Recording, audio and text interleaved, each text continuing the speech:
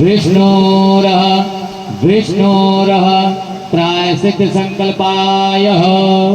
अदत्यादित मासतो मासः पूर्व संकल्प अनुसारेण प्रधान संकल्प अनुसारेण आमल्यत्याग कामनगर मध्याय कुलदेवी हर सिद्धि पवित्र भूमि प्राप्त्यर्थाय मन सिद्ध्यर्थाय काश्यप गोत्रस्य भार्या अटक धारणस्य दरेक यजमाने પોતપોતાનું નામ બોલી જવાનું અટક સાથે દરેક યજમાન પોતપોતાનું નામ અટક સાથે બોલી જાય હવે બોલો મમ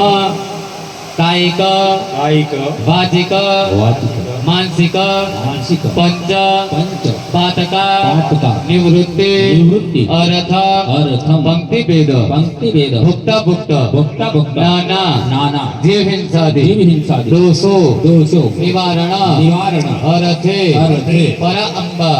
महाकाली महाकाली महालक्ष्मी महालक्ष्मी महासरस्वती महासरस्वती त्रिगुणाका त्रिगुणिता जगदम्बा जगदम्बा कुलदेवी कुलदेवी हर सिद्धि प्राणा प्राणा प्रतिष्ठा प्रतिष्ठा निमित्ते निमित्ते तृतीय दिने प्रायश्चित संकल्प संकल्प हपु हपु थाळीમાં પાણી ભરી દેવાનું સર્વ પાપ ગપો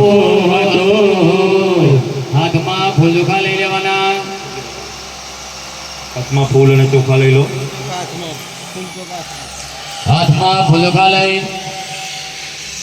હવે આપણે ગુરુદેવનું સ્મરણ કરીશું સાહેબ આપણે ગુરુ ન કર્યા હોય તો ગુરુ આ વખત આપણે મૂંઝરા કહેવાય હે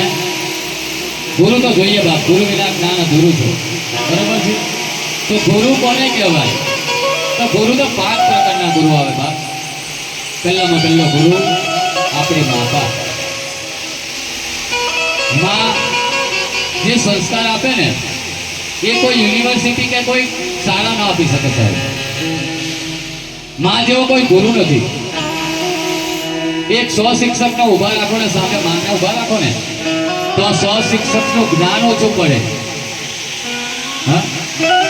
એટલો મોટો ગુરુ માં છે બાપ કે સુભદ્રાના ગર્ભમાં રહીને શ્રીકૃષ્ણ જો ચક્રવ્યૂહની રચના કરતા કરતા સુભદ્રાને જ્ઞાન આપતા હોય એમાં 7 કોઠાનું જ્ઞાન જો અભિમન્યુ ગ્રહણ કરતો હોય હે तो एना करता मोटी गुरु कौन साहेब हलड़ो गाता गाता गाता फिर शिवाजी ने मां एम कहती थी कि हे शिवाजी तारे हिंदू राष्ट्र बनावવાનું છે બાપ તારા હલડા કેવા હોય હે શિવાજીનો જન્મ થયો અને જન્મ થયા પછી માતા જીજાબાઈ જે હલરડું ગાતી હતી જે આપણે જે દીકરીઓ કે બહેનો ગાય ને એવું નહીં આપણે કેવું કહીએ કે દીકરો મારો ડાયો પાટલે બેસી નાયો અને પાટલાનો પગ ગયો ખસી આપણે પહેલેથી ડરાવીએ છીએ પણ વીર શિવાજીને જય હો માતા જીજાબાઈએ કીધું કે હે વીર હે બાળ આજે તું પોડી લે હે આજે તું પોડી લે કેમ કે તારી તો રણભૂમિમાં ચીર હૃદયની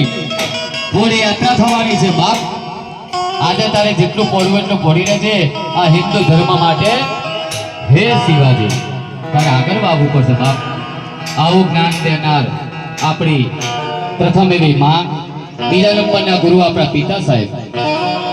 માનો મહિમા તો દરેક કવિઓએ કહ્યું છે સત્સંગકારોએ કહ્યું છે દરેક પુસ્તકોમાં પણ માનું વર્ણન લખેલું છે કે માના ગુણ અને માનું ઋણ આપણે ન ચૂકી શકીએ બાપ ભગવાનની ઈચ્છા થઈ કે હું પણ માનું ઋણ ચૂકવવા જાઉં હે વિષ્ણુ પરમાત્મા અનેક રૂપે માના ગર્ભમાં આવી અને માનું ઋણ ચૂકવ્યા થાકી ગયા ન ચૂકવાયું બાપ માનું ઋણ ન ચૂકવી શકીએ તો બાપનું ઋણ આપણે કઈ રીતે ચૂકવીએ સાહેબ અને બાપનો મહિમા તો બહુ ઓછો લખાયો છે પણ જે બાપ છે ને એ બાપ માં કરતા વધારે છે બાપ એ બાપ તારે બને તાકે એને પહેલું સંતાન થાય ને પછી એ પિતા બને સાહેબ ત્યાં સુધી એ પિતા બનતો નથી એને તો માં તમને કેળમાં તેડીને લઈ જાય સાહેબ. હું જોઉં છું એનાથી વધારે તારે કઈ જોવાનું નથી સીમિત, ખોટું નથી જોવાનું આપણે. પણ એક બાપ એવો છે